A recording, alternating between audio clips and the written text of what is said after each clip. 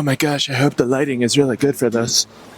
Let's get right into it. So what we're going to be talking about in this video is why I prefer the truck camper versus the imaginary van that's over there for full-time living on the road. All right, so first things first, before we get into my pros and cons of a truck versus a van, if you're trying to decide this for yourself, first write down what you absolutely want and need in your rig to have. If you need standing space, if you want a toilet, if you want four-wheel drive, what's your budget like? Your budget's a huge factor in this whole scenario, to be honest.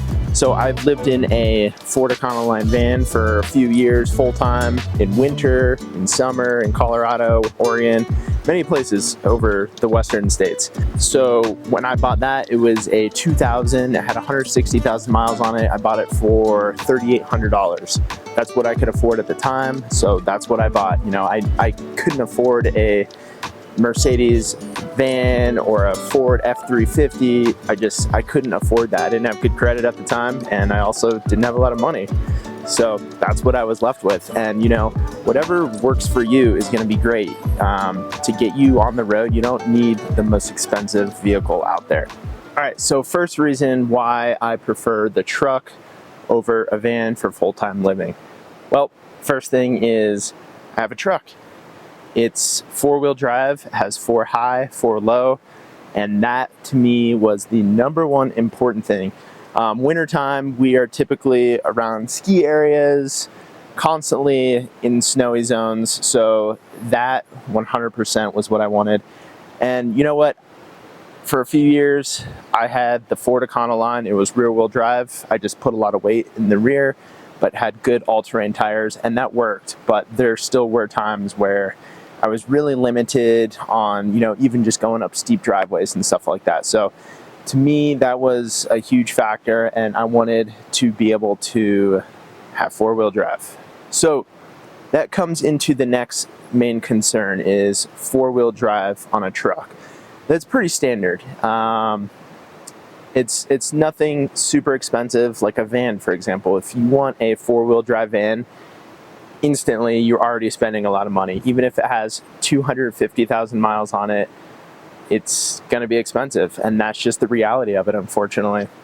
Next thing is about with it being a truck is you don't really need to add a lift kit to it. Most vans out there, like a Ford Transit all-wheel drive, for example, it's, you know, it's a van, and it does have the all-wheel drive capabilities, which is awesome, but the suspension on it is still like a van suspension.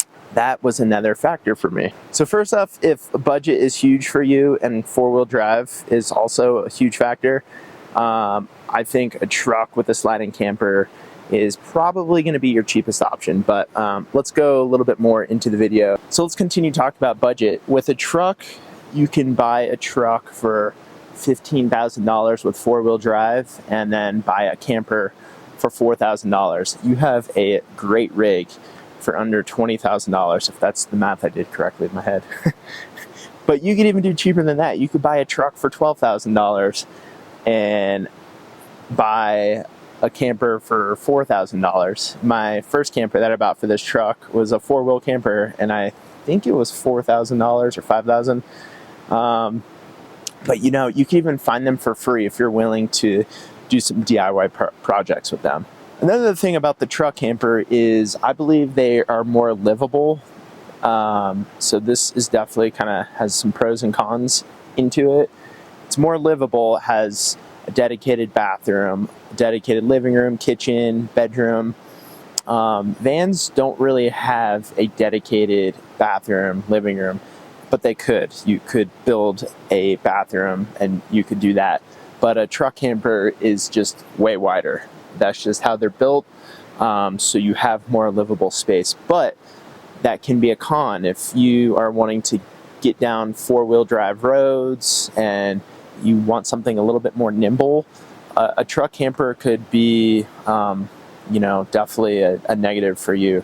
For me, this Lance camper is very tall. I just installed, I'm looking at it right now if you're wondering, but I just installed a roof box on it, and I don't know how tall it is now. I think the camper is 10.5 feet high off the ground.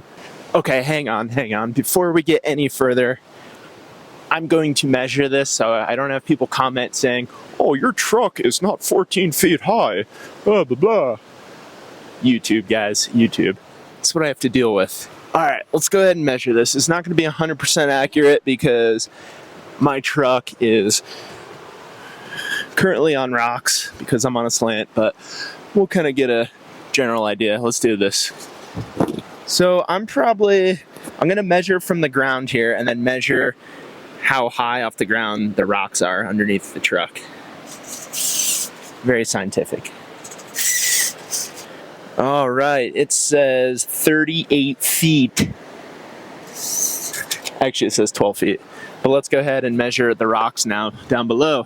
The truck is about 3 inches off of the ground with rocks underneath it. So I'm estimating my truck is about 11.5 feet, but not exact. It's actually a little bit more because of the 3 inches. You know, that could be a negative for you if you want something very nimble. This is just big and bulky. But let's just continue on the positive train on why I like the truck camper. So last but not least on the pro of the truck campers is it's so easy to get started and do. You can literally just buy a truck and just buy a camper, put them together, and you could be living in it within 24 hours. Granted, you need to have the correct tie downs for the camper, so that could take you some time to install, but that's it. It's pretty simple, just like that. It's kind of like plug and play kind of thing. I see vans out there that, you know, you could buy and live in right away, and they're built out, but they're so overpriced. It's ridiculous nowadays. When I bought my van back in 2016 or 17, under $4,000, built out, 160,000 miles on it, and now that van easily would sell for $9,000-$10,000, and it's kind of ridiculous that the upsell of it just because it's built out and it's a van. Like, in reality, it's a van. If you're living in a van and you're steaming from the ears right now, I still think vans are a fantastic option. So let's go ahead and talk about the negatives of a truck camper. All right, so the first negative on the camper versus a van. I think most campers are just very generic inside. They're kind of stale, cold, and just not cozy. It's 2024. Why are companies out there like Lance and Arctic Fox and these huge companies not having designers come in there and actually making it kind of cozy? I just feel like they're the most stale things ever. But in that case, like ours, we bought ours used. It's a 98. So we've remodeled the inside, a little bit of paint, and, you know, a couple weeks, you can make your inside of the camper look actually pretty nice. That comes into the next thing. I think vans are actually built better than truck campers. So many variables with this. You could have it professionally built, a van professionally built versus just someone DIYing the project. So I just feel like the inside of campers, the wood is, you know, everything just pretty cheap made, to be completely honest. You know, even the faucets are garbage, just like these plastic faucets. And this is most campers, and I get it, you're trying to reduce weight, but make them look kind of nice. I don't understand that. You know, we ripped out our kitchen sink, and it was built in 1998, a long time ago, 26 years ago, and we just put a nice sink in. We actually put in nice wood. But yeah, I also feel that vans are better insulated than a truck camper. It's nice to be able to have that option of what insulation you want when you're having a van built out, or if you build it yourself. My preference would be Havelock wool. Wool is a great insulator. It's a natural fiber. It does not mold. There's no chemicals in it, and it insulates really, really well. But the downside is it's expensive. But we're not going to talk about Havelock wool, but that's what I would put in my van if I had one. Another con of the truck versus the van. You know, if you're a solo female or, you know, solo male or whatever, you know, if you're in a bad situation and there's some people outside of your vehicle, and you need to get out of there quick as possible, I cannot get out of my truck camper that easily. So I could go through the back door, or what I would probably do is go up through the escape hatch, and then I would have to jump off of my camper or like slide down the windshield or do some ninja stuff to escape. But some campers do have the pass-through window. The back of my truck does not have a pass-through window, so I do wish it had that. So, you know, that's something to think about. But I've never, in my experience of living in vehicles since 2017, I've never had a weird scenario like that. But you have to be selective on where you're sleeping, especially if you're in cities. And last, but definitely not least, I think another important factor of the van is more superior than truck camper is I truly think that vans have a lot more space in them, especially if it's a high roof one. You can have your bikes stored underneath the bed, have them like on a pull-out tray. And we have 4 bikes that we own. Our bikes are very expensive. Altogether, our bikes, you know, I won't give you the price, but they're expensive. So we have to have a swing-out rack, but we would prefer to have them inside, but we just don't have that option at the moment. I could possibly put 1 or 2 inside of my truck where I took out the rear seats.